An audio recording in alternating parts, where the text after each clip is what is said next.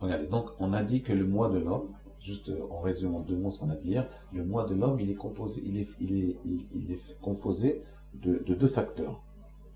C'est le oneg et le ratson. Le plaisir et la volonté. De quoi il s'agit? Alors, j'ai expliqué qu'en fait, le moi, on a toujours expliqué comme ça.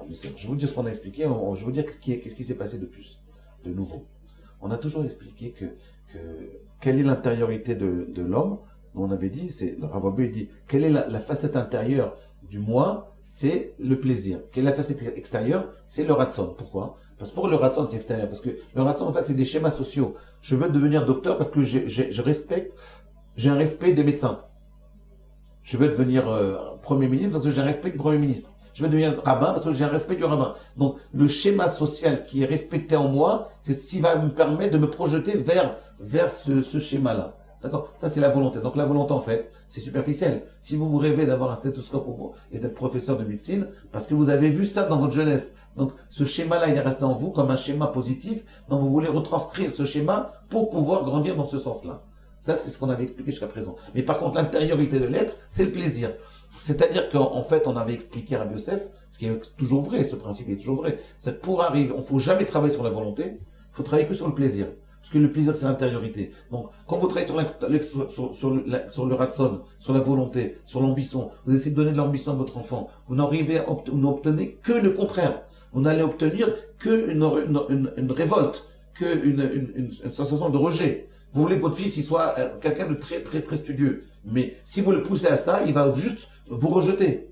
Donc, qu'est-ce qu'on fait? On travaille sur le plaisir.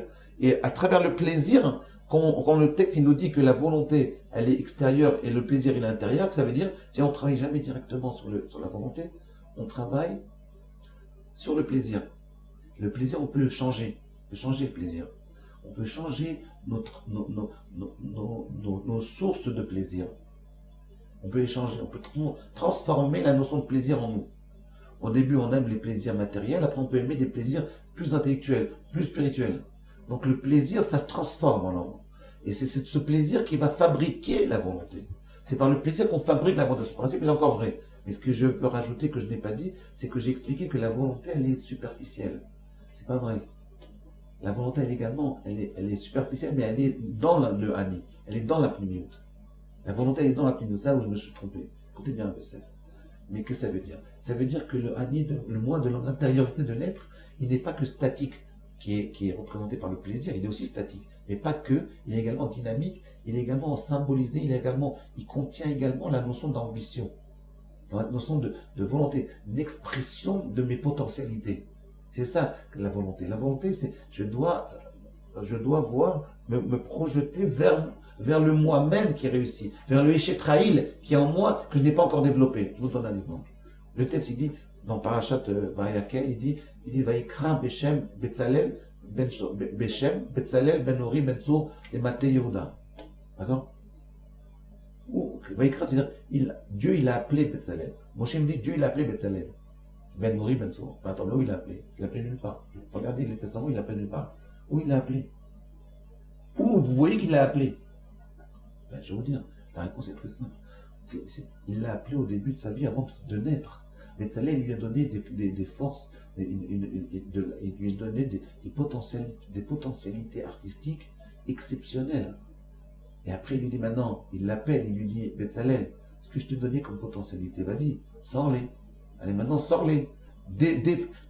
Mets-les à la lumière du monde. Sors-moi tes potentialités que j'ai. Sors-moi toutes les Rabbi Yosef, toutes les potentialités que j'ai mis en toi, extériorise-les. Utilise-les. Utilise ce que j'ai mis comme force énorme qui est en toi et que tu n'utilises qu'à 1%.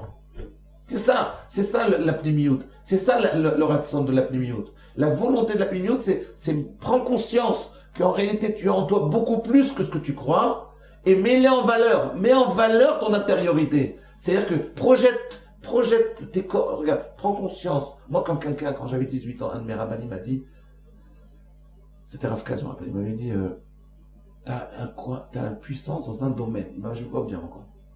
Il m'a dit, mais est-ce que tu te rends compte de ça? Non, je n'étais pas conscient de ça. Quand il m'a dit ça, ben, j'ai essayé de mettre en valeur, de développer cette force-là. Parce qu'il m'a mis le doigt dessus. Vous voyez? Ça, un arabe, celui qui met le doigt sur les qualités, pas sur les défauts de ses élèves, sur les qualités de ses élèves. Mais les élèves, ils n'ont pas conscience de leur qualité. À 18 ans, on pense qu'on est tous des robots, on est tous pareils. Je dis, mais toi, t'es puissant dans ce domaine-là, t'es super puissant. Développe ça. Vas-y, sors-moi ça. On n'a pas tous la chance que c'est Dieu qui met là. Même quand c'est ton rêve qui met le point sur ta qualité, allez, vas-y, maintenant. Mets-la en valeur, ta qualité. Sors-la, développe-la. L'intériorité, ce n'est pas que je vais intérieur et je m'assois devant les palmiers et la plage et je regarde le ciel, coucher de soleil. Non, c'est pas que ça. Ça aussi, ça peut être ça aussi. Ça peut prendre conscience de mon intériorité comme ça. Mais c'est aussi, maintenant, demain va venir et mets en valeur tout ce que tu as reçu comme cadeau, comme qualité qui est exceptionnelle, qui sont en toi-même. C'est ça le moi. Il est aussi là-dedans. Quand vous connectez à votre moi, vous pouvez grandir beaucoup plus. Parce que d'abord, vous êtes vous-même. Et donc, vous n'avez pas besoin de vous la jouer. Et vous pouvez grandir beaucoup plus parce qu'à ce moment-là, vous êtes connecté à une source de qualité énorme dont le plus souvent, vous n'avez pas du tout conscience. La plupart des gens, ils n'ont pas conscience de l'immensité de leur qualité. Pourquoi? Parce qu'ils sont déconnectés avec leur moi.